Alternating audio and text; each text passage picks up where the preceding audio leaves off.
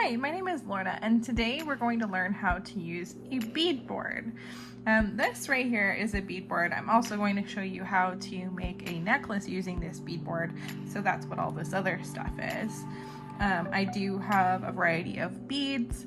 Any style that you decide to make, any combination of beads that you decide to make, you'll be able to do using this tutorial.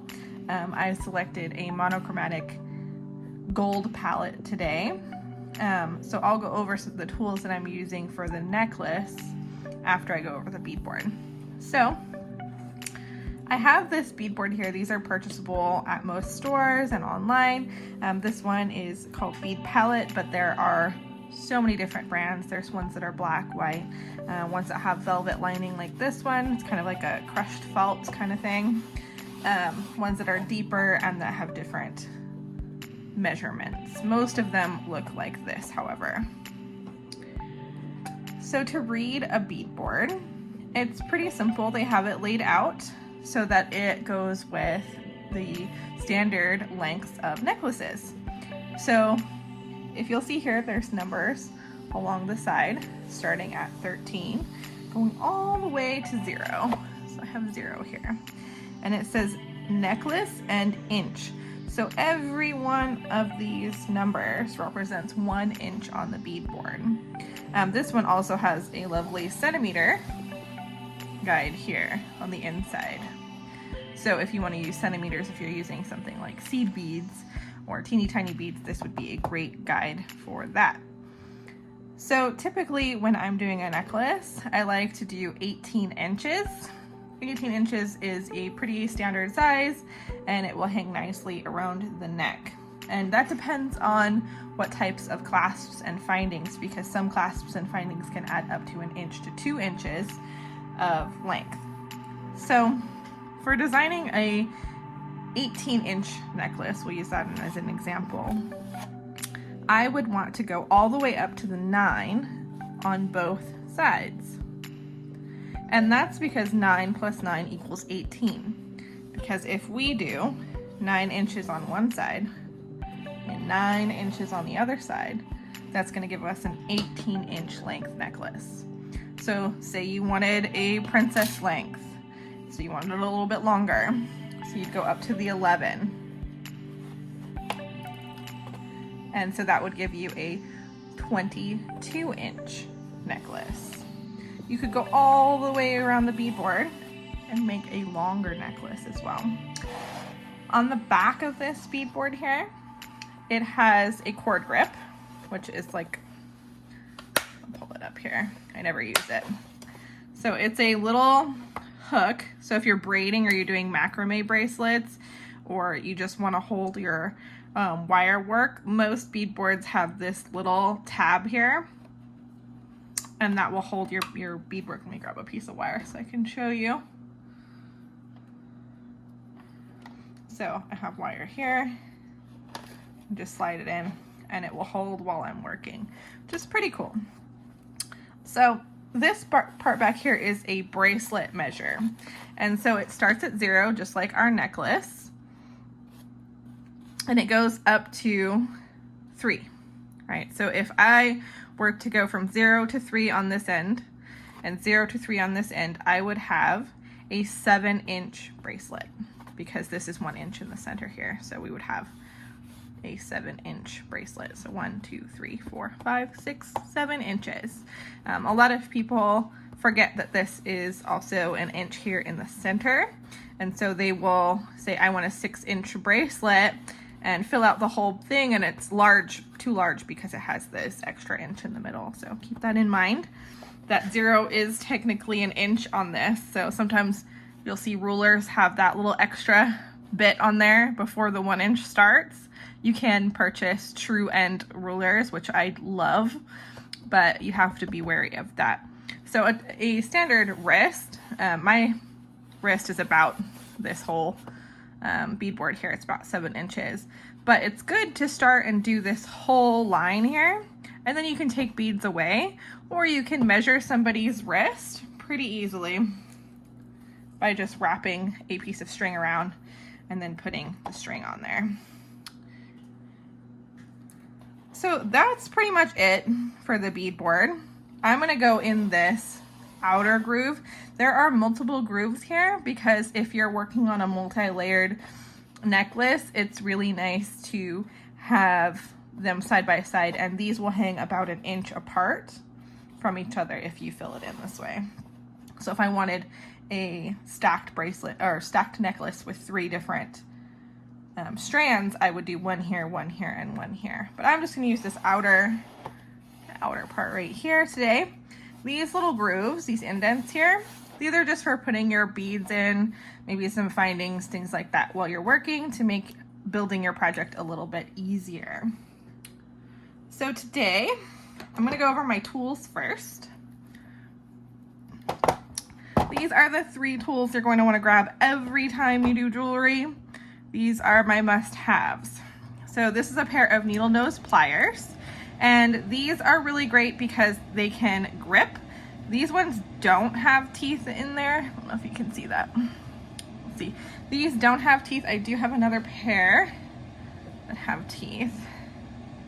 They're really hard to see the teeth on there, but I can feel them. These ones have little ridges in there, really hard to see, and these ones don't.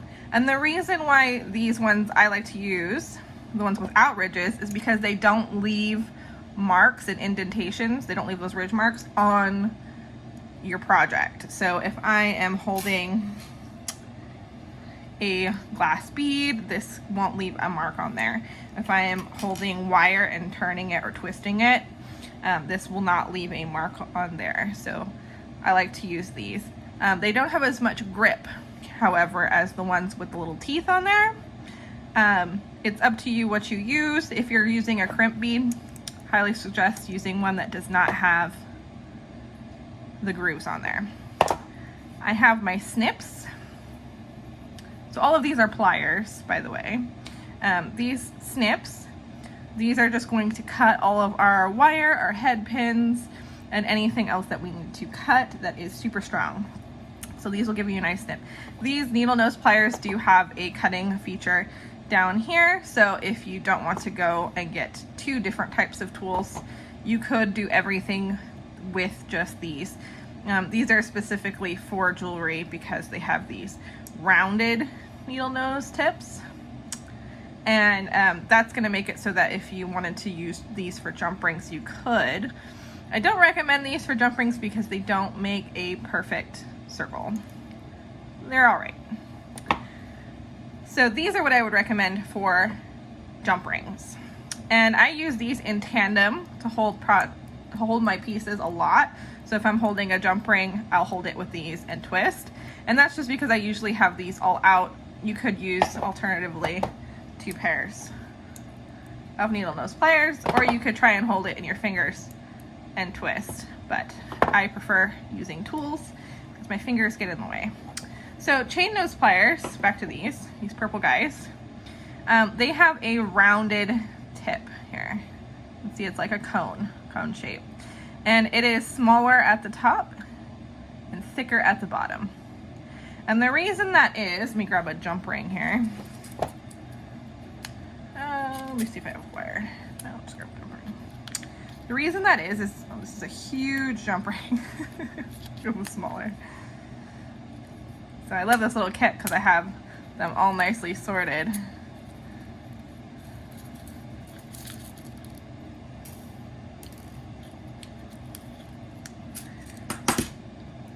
So if I'm grabbing my jump ring and I want it to stay round, I'm gonna go all the way to the bottom. But they make jump rings that are as small as the tip here. Make teeny tiny jump rings.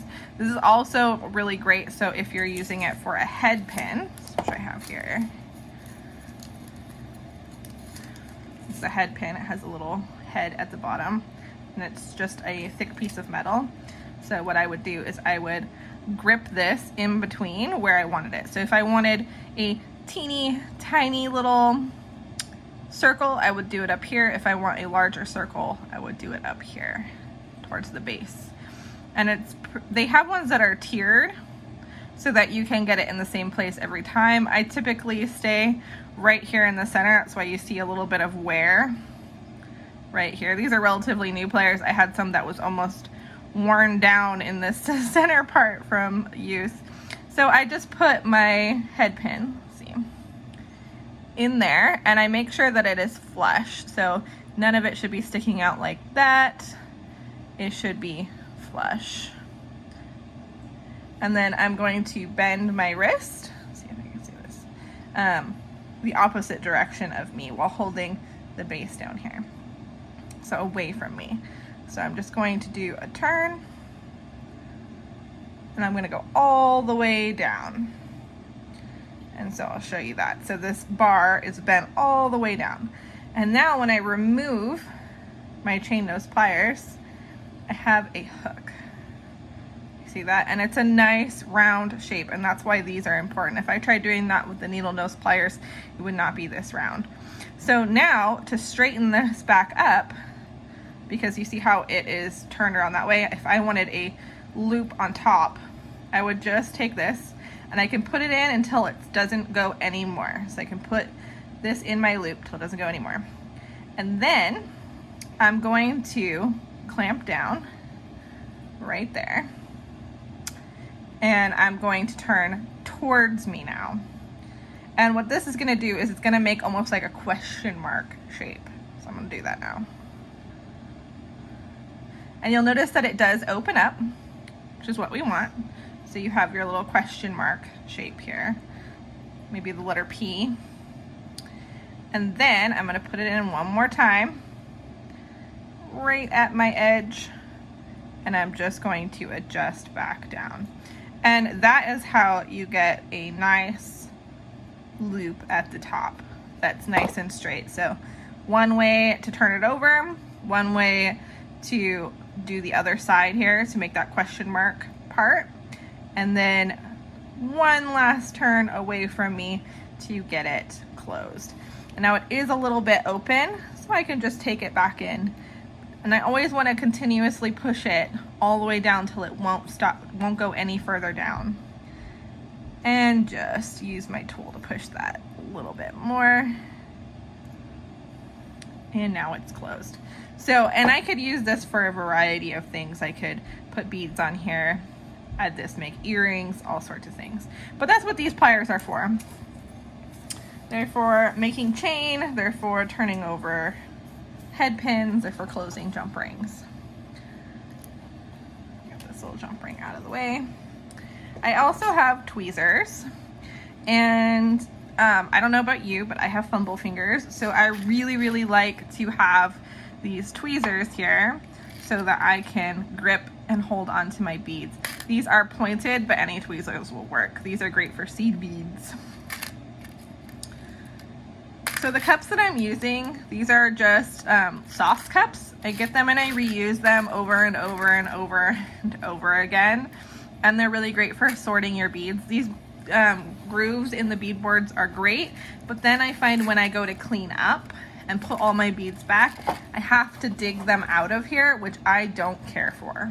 So I like them in the little sauce cups. That, and you can have it away and put lids on these and store them and get your project out. So the sauce cups work really well for that. So today I'm going to be doing a monochromatic design.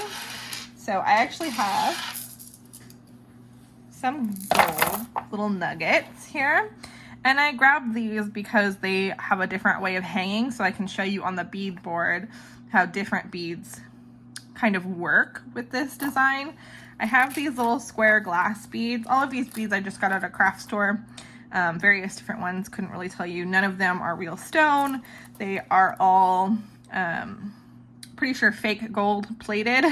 So these are real stone, and these are gold plated, these little nuggets here. And then I also have these glass faceted beads. And I have some seed beads over here. I have various shades of gold. Some of them are translucent. I'm not sure if I'm going to use these yet. We'll see. So I have these. These are great for finishing off your necklace if you don't have enough of these larger beads. Or using them as spacer beads is great. So I have some Miyuki beads here. Check glass beads. These are all glass that are plated. And then I have these more translucent ones, and then I have just more of a traditional gold. And you can see how they're all different shades of gold. This one is more yellow, this one is more bronzy, this one's more of a true gold. And that's important when you're thinking about your findings, as well as they sell findings in a variety of colors, silver, gold, but when you buy gold, a lot of times your gold will not match your other gold findings. I'll show you an example of that. Is I actually have this more brassy kind of yellow gold here. See if I can get it so you can see this. On camera they look pretty good. So I have more of an orangey gold here in the jump ring. It's a very dark gold, and this one's a brassy gold. I'm not really sure if it's showing on camera, but they're two completely different colors of gold. It might look a little bit, yeah, you can see it a lot better there. So all of my jump rings are this darker orangey gold. These ones are actually, my clasps are a more brassy yellow, which is funny because they came in the same set. So even with manufacturers, these are just from Amazon, they're nothing special. So these ones are a different color than the jump rings. So if I was to use these jump rings with these clasps, they would not match. So keep that in mind. It is sometimes better to shop in person for that reason, if you want to make sure all your beads and jump rings match. I'm not worried about it today because I have a variety of different shades of gold that I'm going to be using. Okay, so the 0 is where I like to start. Let's see if I can get that to work a little bit better. So there's a 0 right here, and I like to start with the 0 and work my way out to the 9 because this is the focal point. This is the center of your necklace. So with this, I'm going to be thinking about value and texture, which is why I have, and shape, of course. I have a variety of different kinds of beads. I have these squares, which are really trendy, faceted for more shine, and then I have this more organic crystal shape here. And these ones actually drop down. So I think I'm going to go biggest to smallest, shocker, because I find that that really hangs on the neck, and if I wear a nice black dress, these gold beads are really gonna pop off of that. So I'm going to find my one that is longer. In these gems, sometimes they're broken, sometimes they're not great. Make sure that when you're looking at your beads that none of them have imperfections or are broken before you assemble your piece. Okay, so I just took a second to readjust my camera so that you can see the bottom of my bead board. So the 3 main beads that I'm going to be using here are these squares and the faceted beads, as well as these. So I'm going to take my biggest one, which looks like either this one or this one. I'm going to put that at 0. So I think it's probably, yep, this one. And I'm going to look at where the holes are, and I'm going to line that up with my bottom row. And that's why I'm showing you a drop bead here. That's what I like to call these, is drop beads, because they drop below this line here. And the reason why it's important to keep in mind is a lot of people, with my experience, will put the beads in the bead board like this. And the problem with that is that these actually hang down. And then you can see that there's a big gap in between these beads. And I need to fill in that gap with beads. Otherwise, I'm going to have about a 3 bead necklace when I'm done. All right. So my placement here is I want these beads to be about half an inch apart. So I'm going to put one on the 0. Then I'm going to skip a line and put one, skip a line. So it's going to be on every inch line here. So it'll be 2, 3, 4.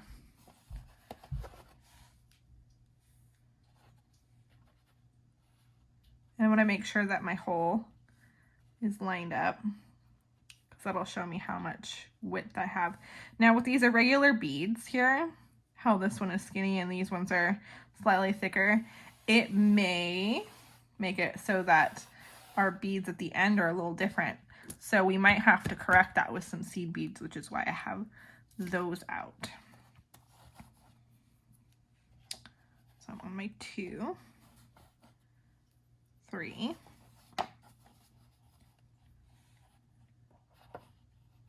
And I went ahead and pulled out some of the damaged and broken ones and ones that were completely different than all my other beads. So like this one does not go with any of my other beads. So I'm actually going to use this one for maybe like a fairy garden or something like that, maybe a needle felting project. And this one is broken. I have a few other broken ones in there. This one's broken. It's broken, and then the manufacturer just went ahead and like covered it with that fake gold. So sometimes you get what you pay for. So I have this, and I'm going to do my faceted bead and a square bead in between. So I'm going to have an alternating pattern. May need to grab more of these faceted beads out, we shall see. So in between every one of these crystal beads, I'm going to be putting a square and a faceted bead on either side.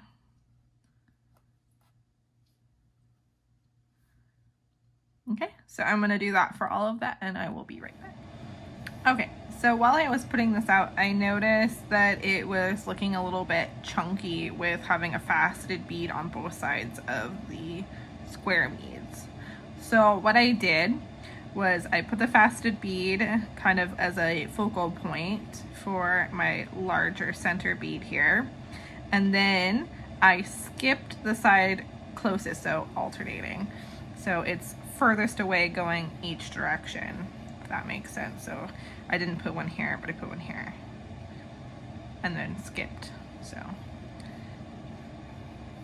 it's a little bit different.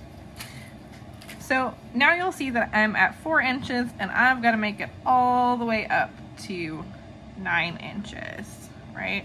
So I have a ways to go with filling in my bead board, but this is a great start. If you wanted to finish here and just have this as like a bib style necklace, that's great. You could add chain, so you could add jump rings here, add some chain. You could finish it off with some seed beads. There's lots of different options. I am going to do some faceted beads and add those in here. So I'll show you what that looks like.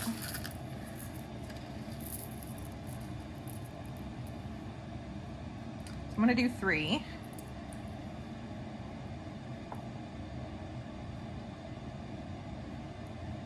And that should bring me up to the 5.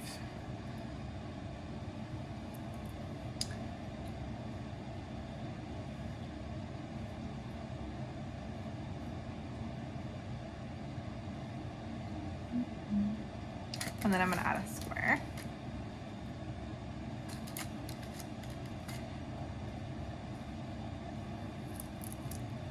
I'm going to do 3 more. And a square. And the really fun thing about jewelry design is that you can take all these away, and using the bead board you can see what it looks like and then decide what you want to do with it. You don't have to make any commitments right now, which is really, really great. Alright, so that actually worked out good. I did not plan for that. So this one you'll see is starting at the 8, and this one is stopping at the 7. And that's because these pesky irregular beads here. But also because if you'll notice, these guys, these faceted beads over here, are turned. So I want to make sure that they are up. Oh, and I have an extra one in there. And that'll do it there. So turning them so that they're not laying down flat, because they are actually skinnier the way that they're supposed to be. And then when you flip them on their side, they're a good, I don't know, centimeter, millimeter difference. So, plus that one bead in there. One bead was tricky. Okay, so I have this and I still have a little ways to go. And I don't like a lot of bulky beads around the back of my neck, which is why I'm going to go ahead and finish this off with seed beads.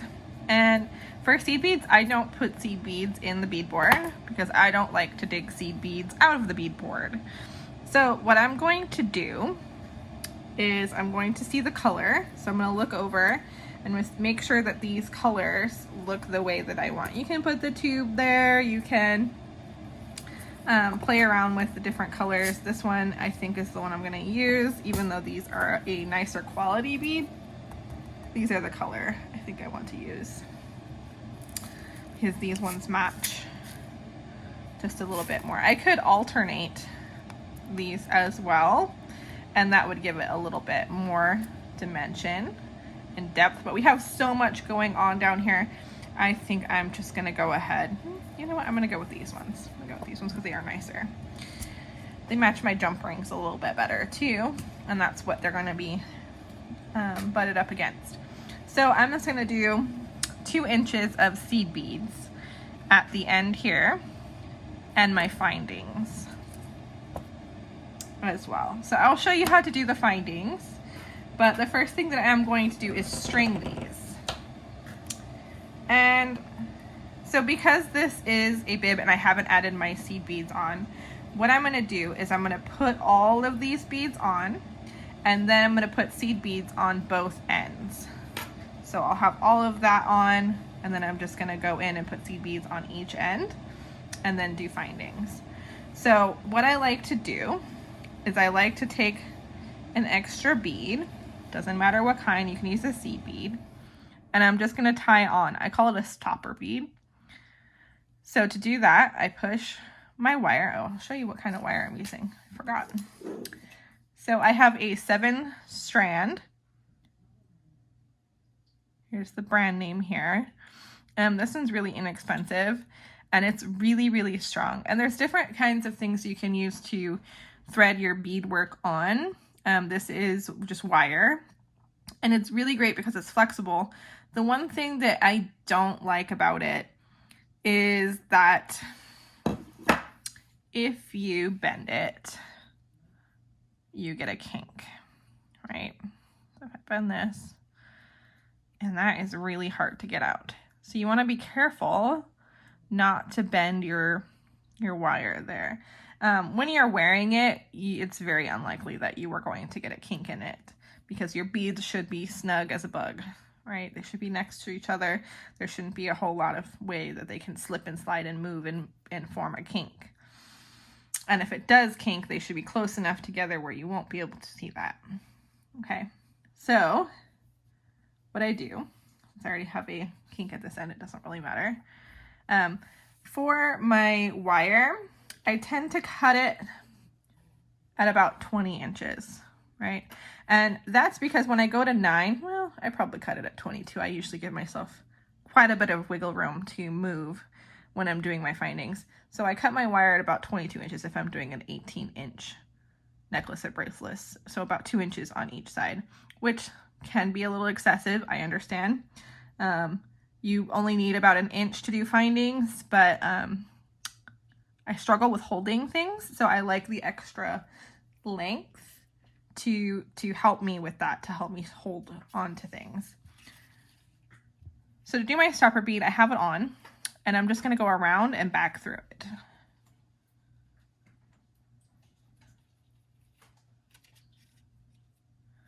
And then I actually like to go through that loop. Okay. And this part, this end, I'm not going to use, right? I'm going to use that part for my findings.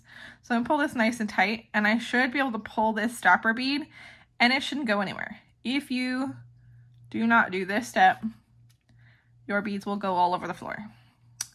So make sure that you put a stopper bead on, make sure that it's secure, or tie a knot in the end of your string, whatever you need to do so that your beadwork doesn't go. I like this solution because all I have to do is push and it'll come right out, right?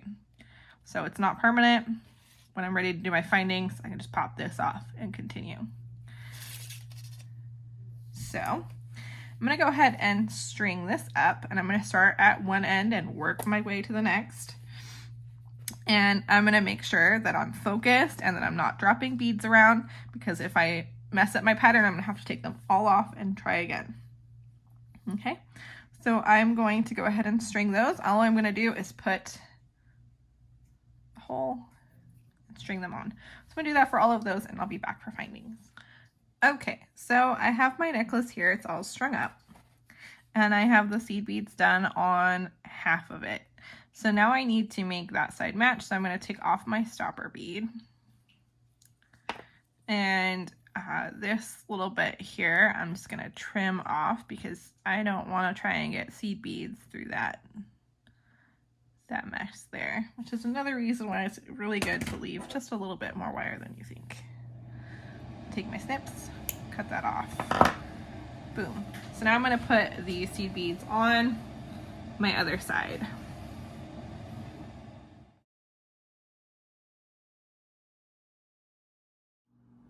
Okay, so now I'm back. The bead board is gone. We don't need it anymore because it's time for findings. We did our hard work. We designed our jewelry. We strung it, put on a million seed beads. We're good to go. So I don't have any stopper beads on right now, so I'm going to be pretty careful. I could tie, you know what, I'm going to tie a stopper bead on because I am the opposite of graceful. I tend to drop everything. As I said, I have some dexterity problems in my fingers. I can't grip things very well. So I'm just going to tie on my stopper bead. I removed my stopper bead again to put on the seed beads. And so I'm going to add it back on for safety. I'm just going to make it easier for me to show you what we're doing. So I got my stopper bead back on, and I've got plenty of room to do my findings. So I'm going to focus on one end. But before we do findings, we need to make sure that everything is even. So what I'm going to do is I'm going to hold my string up until the seed beads, and I'm going to pull tight so all my beads come down. And then I'm going to find my center bead. Turn it sideways so you can see a little bit better. So everything should be exactly even. Now, you don't have to do a symmetrical pattern. That's not a rule or anything like that. Actually, asymmetrical patterns are really cool. I'm a big fan. But this one is intending to be a symmetrical pattern, so it better be symmetrical, which means both sides are exactly the same. There's no random bead somewhere. If I have 3 here, I have 3 here. If I have 1 here, I have 1 here. And it's a complete mirrored effect. Now, of course, these are different because they're organic shapes. My seed beads line up, and it's ready for findings, right? So you see that everything is, I mean, really precise. And that's what the bead board really does for you, is it allows you to see the space in between some of these odd hanging ones like this. It allows you to see the space in between beads that are not the same. So these big chunky squares versus these faceted beads. You know, having them the right side up and not laying down flat is going to help a lot, right? And taking off the stopper bead to add beads accordingly for length. So again, you could use chain instead of these, or you could continue with your pattern all the way up. This is my choice. Okay, so findings. I'm gonna set this to the side carefully so my seed beads don't fly off, and I'm going to go over some findings. So I have them separated into cups. These are my gold findings that I'm going to be using for this necklace, but I will also show you some alternatives. So I'm going to use my tweezers here. I always tell my students to work with a clean work area, like my bead board. I cleaned it off. There's no beads on there. No little scraps of anything, because it makes it so that you can really focus on what you're doing. Okay, so I have my tweezers to show you. So the first thing that we're going to be adding is a crimp bead, and there's several different kinds of crimp beads. Let's see if I can get it out of there. Oh, I went fishing and I caught a jump ring. Okay, so this little guy is a tube crimp bead, and I'll show you that in compared to a more standard crimp bead. This little guy, and they sell these in different sizes and diameters. I believe this is like a 22, and this one's a little bit smaller, which is why I'm using that, the circumference on the inside. But also I only have these in gold and I only have these in silver. Well, so you want to make sure that your findings match your necklace. So one way to find out that if your findings are going to match, because say you're not using gold. Gold, it's pretty obvious that I'm going to want to use gold findings. But if I'm mixing silver and gold, that's an artistic choice then what you use. So if I have a silver and gold bracelet, if I'm finishing with gold, I have the option of continuing with gold with my findings or bringing the silver back up into that. So that's pretty fun. They sell findings. I'll show you this little cool guy. This is one of my favorite boxes for findings. I got this on Amazon full, and I've actually refilled it since with my own findings. It has a little window so that you can access the ones inside, but the other ones won't fall out. It's pretty great. They sell these like with sewing needles and stuff. So I have my crimp beads, and I also have bead caps. Bead caps are optional. You don't have to put them on. The crimp bead is what's going to hold our work together. It's going to make it so that nothing falls apart. And our bead cover is just that. It's a cover. Come here. So the bead cover covers the crimp bead. So after you've crimped your crimp bead, you close this little guy up using your handy dandy no teeth pliers. I actually like to put a piece of napkin or paper towel in between there as well, because I don't want tool marks on my bead cover of any kind. Okay, so this guy just gets closed just ever so slightly around it, and that can help because sometimes the crimp beads, when they get crimped, they become a little bit sharp, and we don't want sharp things around our neck. Okay, so, and then I also have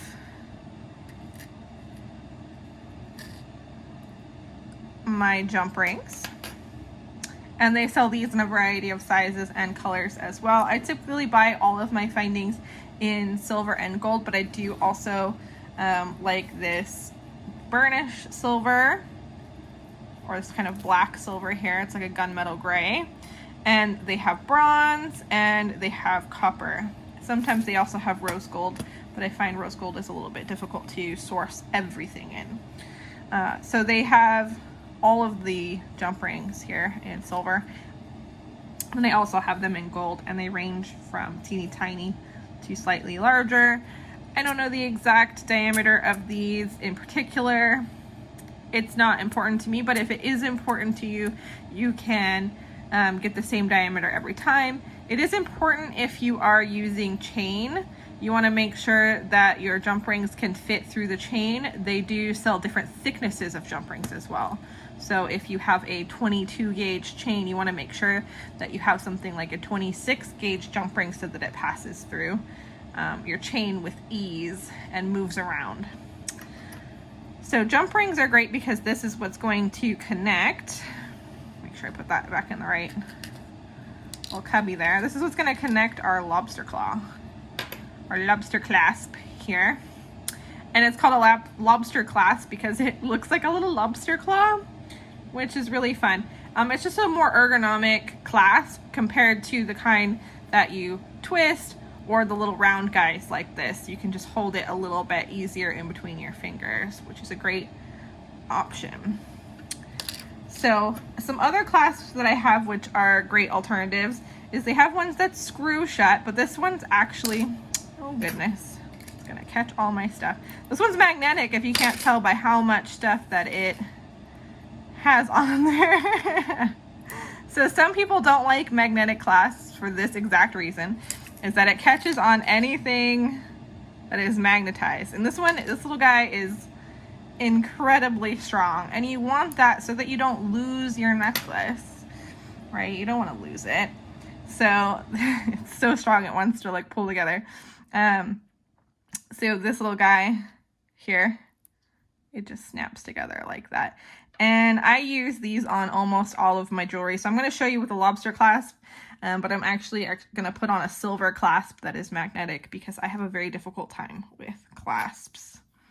But these make it really easy. So if you know anyone who has a hard time with clasps or finger dexterity, these magnetic clasps are a lifesaver.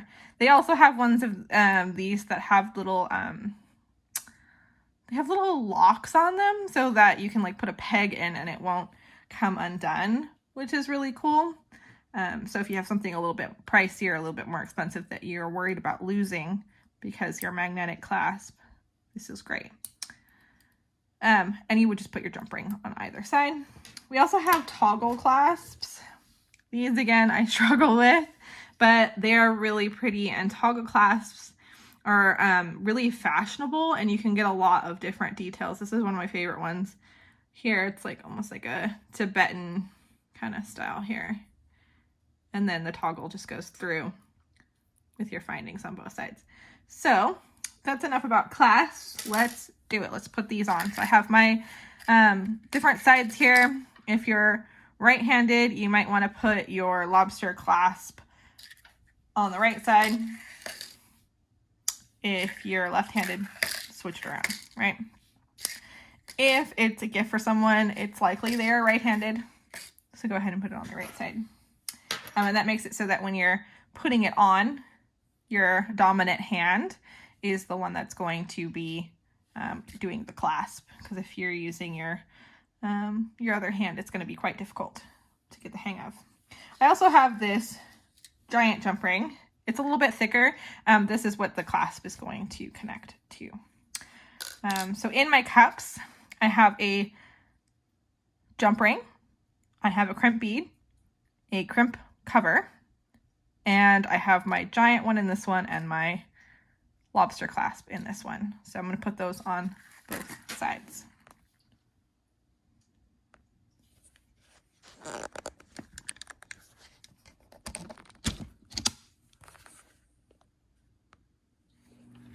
Okay, so now it's time for findings.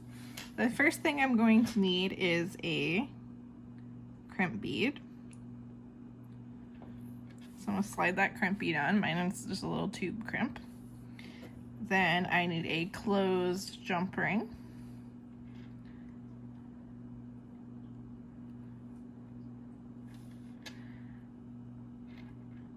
And I'm just going to wrap my open end around my jump ring and back through my crimp bead. So you should have a loop. And I'm just going to, for this end, cinch up my crimp bead up to my jump ring. So you should have a loose bit of wire here, your necklace, your crimp bead, and your jump ring. So I'm just gonna go ahead and smash or crimp this little guy here. And to do that, I just need to apply gentle pressure onto my crimp. And just like that, it is crimped.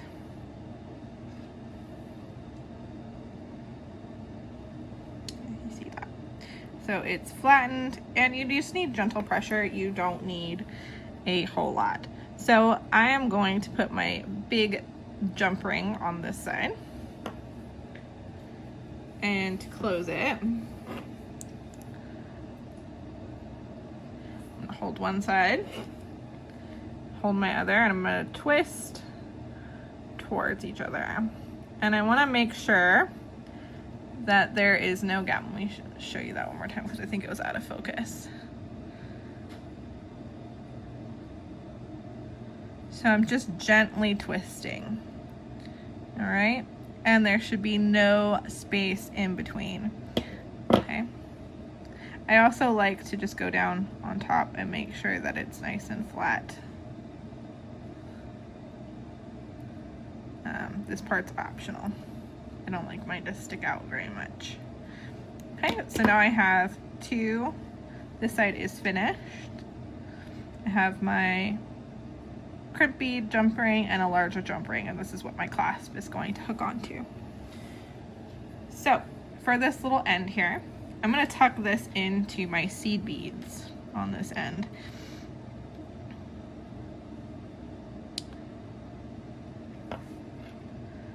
So I'm just going to push my seed beads over. And not all of my seed beads will go on here, and you only need to push about 1 inch in. I'm going to do whatever I have left since it's just a little piece.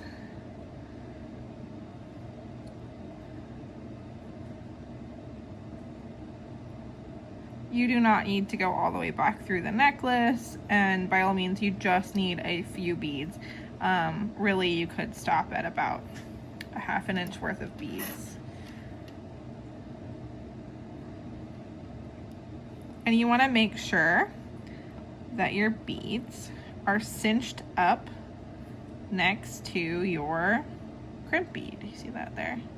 So there's no wire exposed at the end of my beadwork. And then I'm going to go ahead and shake my necklace all the way down, catch a few tools in the way, and that way I have it all the way there. So now I'm going to work on my other end. Okay, so I'm going to go ahead and cut off some extra length that I have there so I don't have too much to work with.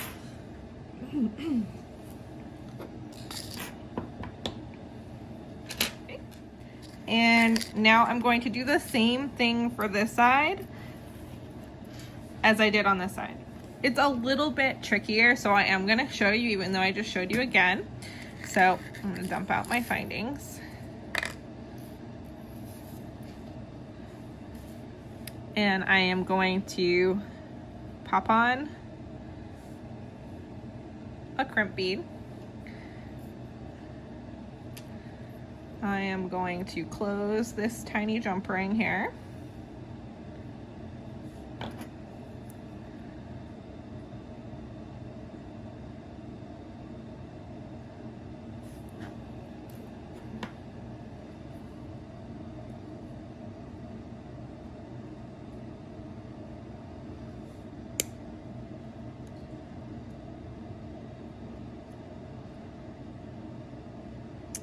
This jump ring looks like it is a little bit off, so just going to help it along, make sure that my pieces match.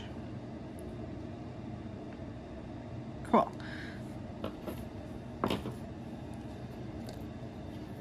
Put my jump ring on, and I don't let it fall all the way down because if I did, it would go over top of my little tiny seed beads here and I'd have to go fishing for it, and I don't want to do that. So I'm going to let it go almost all the way, and then I'm going to tuck my wire down through a crimp bead, and I'm not going to crimp it yet. And that's where this end varies just ever so slightly, is I'm actually going to go ahead and put it and feed it down through those seed beads first. And so I'm just kind of wiggling it in because it is a little bit tight. Get that out of my way so you can see.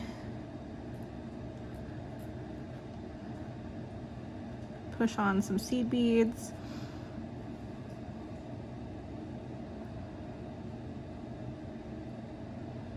If your end is frayed and you're using seed beads, you definitely want to go ahead and trim that. It doesn't look like it wants to go in this bead. Seed beads tend to be slightly different in size. Oh, it's going. It's going. Ever so slightly, it's going. Okay, so I have mine down through about 4 beads. This bead's really tight, so I'm just gonna give it a little bit of assistance. Okay, so I'm gonna go ahead and pull all of this work down. So I want my crimp bead to sit at the end of my beadwork, just like it does on this side. See that? So I wanna make sure, and I'm not pulling tight around this loop up here because I don't wanna make a kink. If you make a kink in this wire, you're gonna have a bad time. You're gonna have a really bad time because it's not gonna wanna pull. So I wanna make sure that my beads are all tight all the way down. And when I have irregular beads like this, I like to lift it up fully, give it a little shake, make sure that all of my beads are settling. Because the one thing you don't wanna do is put all your findings on only to see that there is a gap because a bead got hung up on another bead, right? And it does happen, it happens to me. A lot of times you can just take off some beads like at the end and continue. Sometimes you have to restring the entire thing, use your wire for bracelets or a smaller necklace if that happens. So it's a bummer if that happens, so there are ways that you can prevent it by double checking that all your beads are secure. So now I'm gonna go ahead and pull this wire through, checking along the way to make sure that my crimp bead is seated close to my seed beads. And you can use your pliers to help you grip that, okay? So there's a little bit of a gap there where it's coming out. That's okay because it's so tight. I want that to be there so I have a little bit of movement.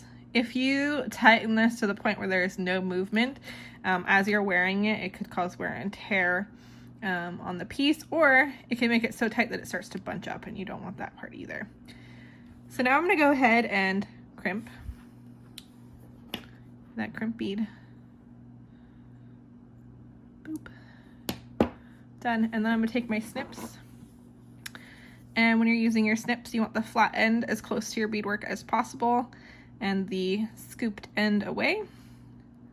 And you're just gonna snip that down, give it a wiggle, and that little end will be hidden forever. You wanna kinda tuck it in one of those seed beads. Cool. So now for the lobster clasp, you're just gonna open this jump ring back up carefully because you don't want it to slip out of your loop. And you're gonna pop this guy on.